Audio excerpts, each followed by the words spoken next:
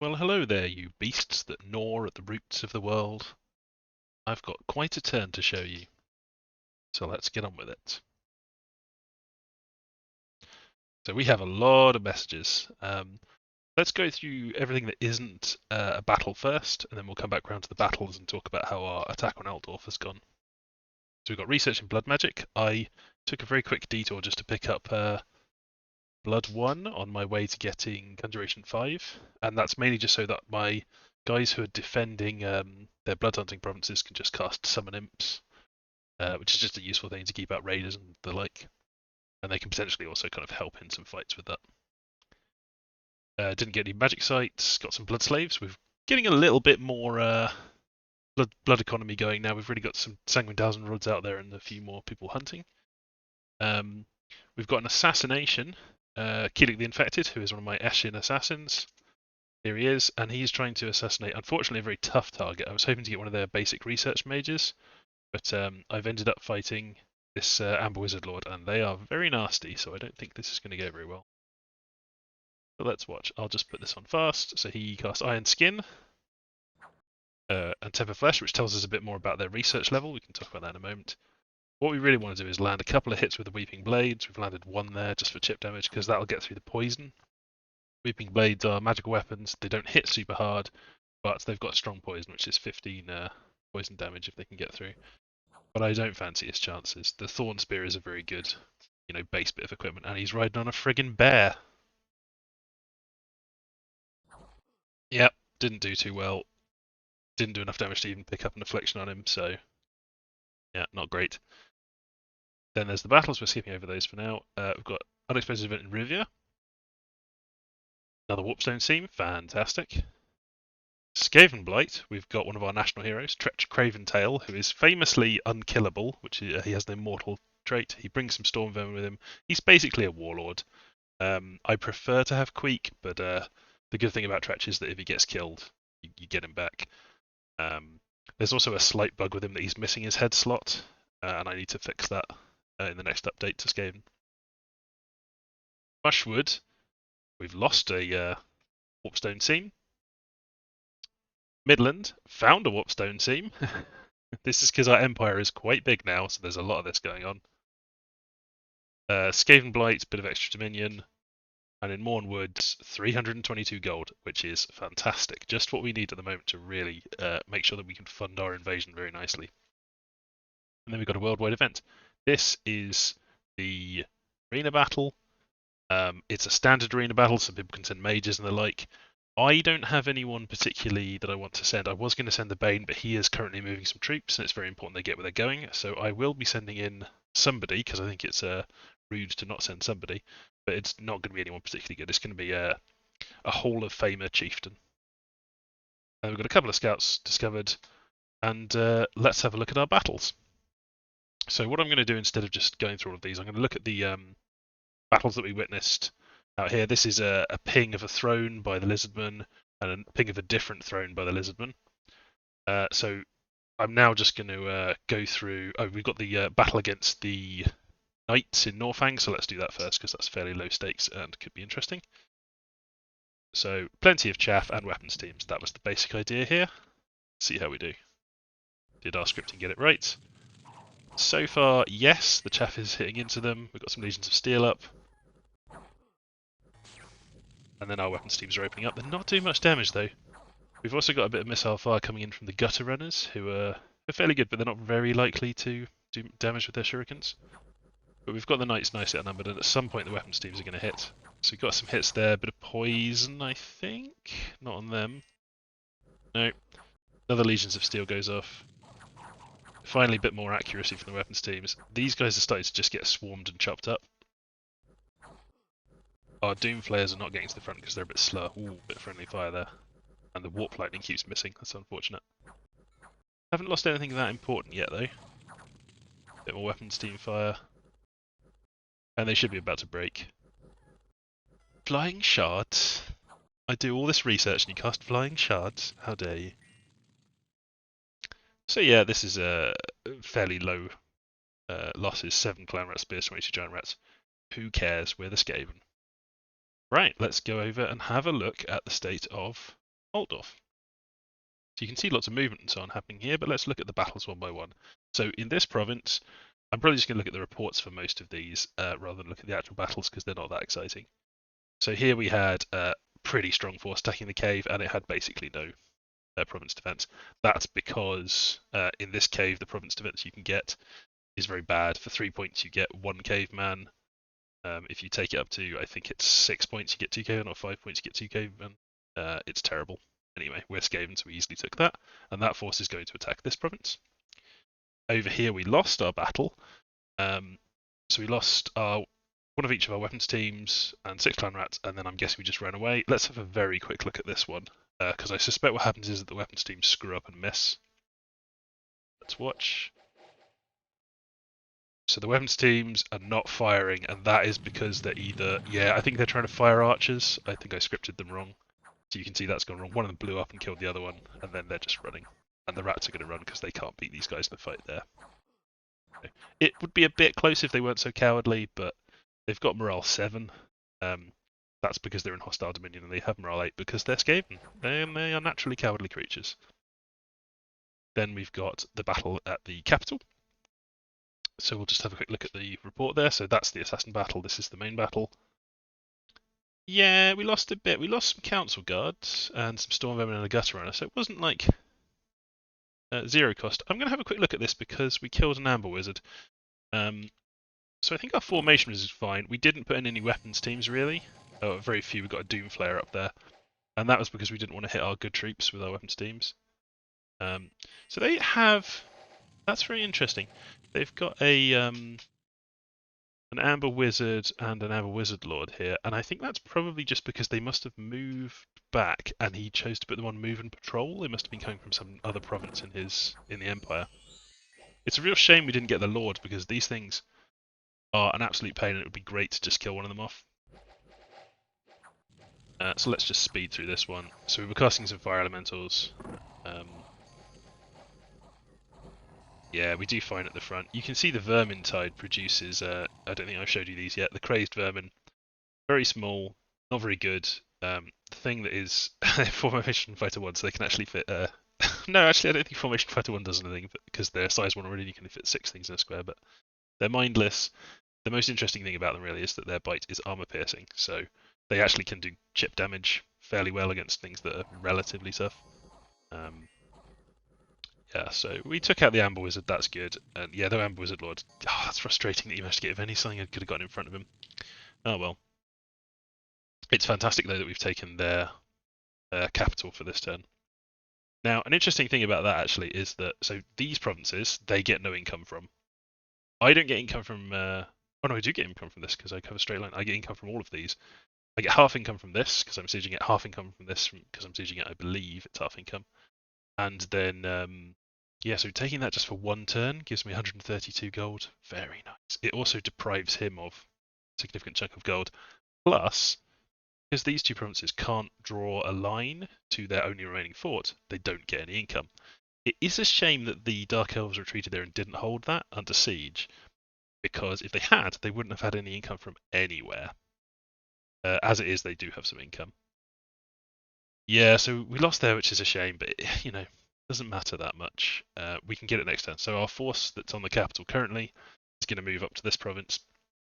The reason I'm doing that, just leaving behind a scout and a couple of giant rats, is because they're obviously going to break siege with a significant force. There's no way that they can see all of these troops that could move onto their cap and try and break siege with not much. They have to break this siege. So it makes them... It's got 2 benefits to it. One is that obviously they're predictably going to do that. The other is that it wastes the time of a lot of their resources. They've got troops and mages. They may even move these troops onto their capital, which would be a bad idea for them to do, really, because there's no point. I'm just moving stuff off. So we're going to take these 2 provinces, pretty sure. Now, they have very good research, and they have some excellent mages. There's a lot of shenanigans they can do. They've also got stealthy mages, so they can sneak outside and next turn do stealth attacks. Yeah, there's a lot that Altdorf can do to us. They are by no means defeated at this point. This is just a nasty blow, and hopefully quite unexpected. So over here, similar, lost basically just some chaff. Skaven saved giant rats, lost a storm vermin. Hate to lose a storm vermin, but it's fine. Took a province. This province has some really nice stuff in it. Fire gem from there, air gem from there. Gem deposits is 75 gold a turn, and they have been really lucky when it comes to gem deposits because they also have them in the fort that I've taken.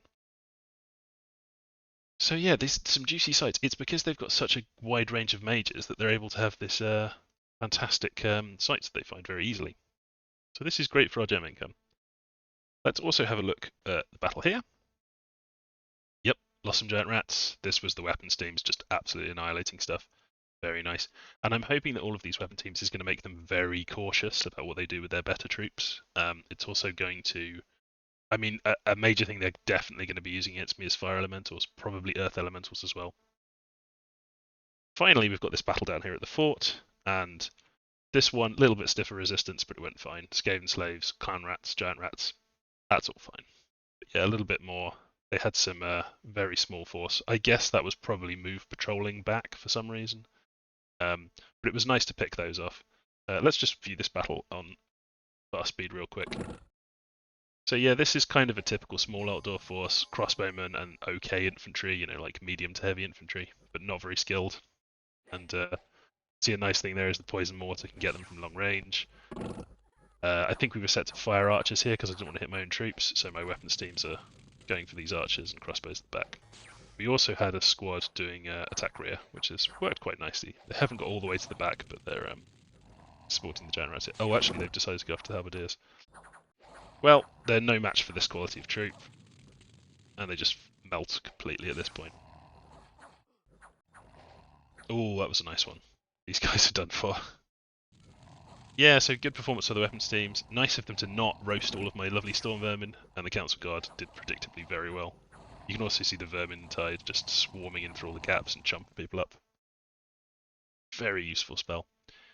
Now, what's going to happen next turn is obviously they're going to break here, and they have to move a significant number of their guys there. They can't really do anything about these provinces except for dump province defense into them, which, you know, it might work, but I wouldn't bet on it. Tilea may interfere, another neighbour may interfere, but if we just keep looking at Altdorf, then what I think is going to happen is this force, there's two things it could do. One is it could move to this fort to try and alleviate the siege. I am moving a lot of stuff here so that I can pop it the next turn. I really want to guarantee that's going to happen. So if we look at what I'm sending here, significant. And a lot of these guys come with a rather hefty siege bonus. All Skaven are good at sieging. They all have siege bonus 1 because, again, they're rats that live under the ground. So we're definitely going to have that open. What I'm worried about is if they have either of these two provinces open, they can move a significant force of mages from their capital to stop us storming here. And I really don't want to have a pitched battle with Altdorf at all. I just want to take things from them and weaken them and bleed them dry. Their mages are scary. Like, do not get me wrong there. They are very capable of massacring lots of our forces and costing us a lot of gold. And the name of the game here is for this to be a pretty clean war where we just come out of it ahead on resources. We don't even necessarily have to get their capital. But I want this fort. So that's what I'm going for. I've got people preaching here, Pestilence Plague Priest and a Grey Seer. And the idea is that I can either get this to neutral dominion or hopefully positive dominion because my god is moving in. So what I think they're going to do is they'll either move here or here with this force. They could move it back to their cap. That's the least effective thing they could do. I've talked to the Dark Elves, and they, I hope, will agree to attack this province because they want it anyway. They want to take it to kind of go round and take these. I've basically agreed that they will get these provinces if they help me in this war and we completely win it, like we did with Bretonnia and the Ogres. And yeah, this force is not reinforceable by mages because I've locked the mages down for a turn, unless they use magic movement. And they have a force that would be great against these guys. So they could definitely go and take this, and I'm encouraging them to do that. If they take this province, and I hold this province, and I pop this the next turn, take the walls down, doesn't matter what they do, I'm taking that castle. There's really nothing they can do about it. They've probably got some mages in there, but I can take those, it's fine. You'll note I'm also giving Grey Seer cover to both of these armies. That has some risks, you know, they could get magic dueled and so on, but the main reason I'm doing that, apart from just getting Divine Blessing and useful spells, is they could well have Mind Hunt up and operational. I mean, their research is clearly very good, much better than ours, I think. If we look at what they were casting, we know they've got Conjuration 5. They may have Conjuration 6. They've definitely gone Conjuration 5 to get the Fire Elementals. And I'm pretty sure we saw Temper Flesh, which is level 4 Alteration. And we saw Iron Skin. We didn't see Iron Warriors. I haven't seen level 5, but they could be getting to level 5 to cast Mother Oak. Because they've got the Amber Wizards to do that. That would not be a problem for them to cast. But it's probably not going to be a huge priority for them now that they're being absolutely deluged with rats. So, lots of forces moving in. Taking these two. Holding onto this because there's nothing that can attack it this turn. Moving a lot of my forces into reserve positions. Significant army here, which is relying on lots of weapons teams. They've got a Grey Seer. They've got plenty of chaff, and I've thrown some province defense in here. We can see this is basically just to soak up fire and disposable. I can throw my weapons teams on them. They're just humans. Over here again, similar thing. Significant force. This has got much tougher guys on it. And strong weapons teams, because they could move in with this force, and there could be significant stuff that comes out of that fort. I don't think they will, but we'll see. Now, Tretch back here is going to move in and bring some more troops over here. So this is a backup force. We've got some more backup forces moving. The Bane is moving in. That's why I can't send him to the deathmatch, because he's moving his squad of Council Guard and Store Vermin in on this fort. I'm also reinforcing this because I do not like the look of this Tilean force.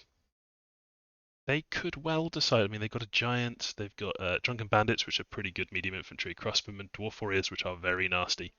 They could cause me a lot of trouble, and I would not put it past Altdorf to offer them money to attack me as well. There is a bit of human solidarity, possibly. This is just a tempting throne for them to go after. And so I'm also over here recruiting, so I've got some troops in there already. I'm recruiting a whole load of slaves, and that's just to hold the walls up. I really just don't want to lose this. It would be very annoying. I can get significant forces there as well. I'm just moving in some weapons teams, which are, go well with Skaven slaves to repel a siege, and they give me a bit more siege defense. Yeah, here I'm recruiting 2 assassins, and I'm recruiting troops that can move with their long move distance. We've got map move 20, and then these guys have map move 16. Maybe I want 18. Let's have a look. If you press Control M, you can see the values for all of these. So 18 will get me to the capital. I don't need to do that. 12 will get me to these. 20 would get me to there. I'm not going to get map move 20 on my guys. That's fine. Yeah, so they can move to these provinces, so that's fine. The nice thing about having these assassins is that I am able to forge them nice weapons that will make them very annoying. So I'm going to forge them Amulet of the Dead. Amulet of the Dead is an item which allows you, among other things, to... Sorry, it's a misc item. Cast 1 skeleton per turn. So they are going to sit there in the assassination battle, just summoning a skeleton every single turn, overwhelm the enemy. They can also just summon a few and then attack. That also works quite well for them. As for who we're sending to the deathmatch, that is Painclaw. He is a heroic chieftain. He's not very good. That's heroic quickness, but I don't think it's terribly relevant. He is going to get mulched. But I feel like I have to send somebody, and that's the best person I've got that isn't currently doing something. Yeah. Anything else I want to cover? Oh, yes. Forging more Skull Mentors, forging more Sanguine Rods, getting my blood hunting going here. You can see there's scouts now moving back with the ferrying the blood slaves back. Kind of cleared my people out of this area, but there's still, a relatively significant force of them. I'm moving some... Oh, he got diseased, that's unfortunate, but I'm moving some Packmasters down to take over the patrolling there. So E-Court can go and do something else, but he's going to just patrol for this turn. Yeah, quite a lot going on, but the main thing is big invasion of Altdorf. Oh, there's one other thing I wanted to cover, which is, because I'm going to have Conjuration 5 next turn, this is a classic trick that people may not know. Mages, you can't script them to use spells that you don't yet have, but you may let the AI do it, potentially. So he, instead of casting lesser fire elementals, is going to do Phoenix Power and then just cast spells, and I hope he will cast the big fire elementals. So we'll see. Maybe he'll cast something else. Yeah, little bit of everything I'm attacking them with. Okay, mage support. This isn't what I would call like 100% committed decisive strike, but it is a fairly significant blow to them, and I think with the help of a bit of Dark Elf movement here, we're going to do great. We'll probably lose some of these provinces, but we'll keep taking them. We'll keep, we can hit these, and then if we look like they're going to come out of their cap and take them back, they can't this turn because they're locked in. If it looks like they're going to come and take these, we can just stealth move away, and then the next turn hit them again. That is the trouble with fighting stealthy troops. Right. I think that's everything. Yeah, I guess the only other thing would be my research targets, which is Conjuration 5. And I'm going to have this next turn, so let's pick what our research will be after that. We could keep going, go to Conjuration 6. It's going to be pretty slow work to get there because it's about twice as much as getting to Conjuration 5 was, or equal to the entire cost of getting to Conjuration 5. But it will give us Summon Spectre, which is very nice. It will give us Summon Ghosts, very nice. Troll King's Court possibly, but we don't really have the Earth Gems. I think we might want to take a detour and get some other bits. Another possibility is to get the Doom Wheels going because they're so much fun. I think I'm going to go for the Doom Wheels, and that is mainly because this being a Mod Nation game, but I know people are watching, I want them to see kind of, we want to experiment and see some of the kind of cool stuff that the different factions have. So I think I'm going to go for 5. It also gives us Clockwork Horrors. I'm not so interested in that. What I'd really love is to get Mechanical Men and Weapons of Sharpness. Weapons of Sharpness is very expensive, but Mechanical Men would be fantastic to kind of hold up our front line a bit when our troops just start melting all over the place. So yeah, let's say Construction 5 for now. If we have to switch to something else, we will. But with 258, that's not going to take us that long. Our research really has shot up. I suppose the last thing that we could do is take a look at the graphs very quickly just to demonstrate what I mean about research. We can't see anyone else's, but see, we finally, things are going a bit wrong here, but we finally managed to produce a nice big curve, nice big area under the line there. And you can see this is a classic Skaven, like war, fighting, another war starts. That's where the dips are. But we recover very quickly from losing troops. Income, great all the way up. Ports, good, good steady increase. Provinces, pretty proud of this. This is basically fairly continuous expansion. That's kind of where we were hitting Bretonnia and taking things, and then blam, that's hitting Altdorf. Anyway, that's it for this turn, and I hope you'll join me next turn.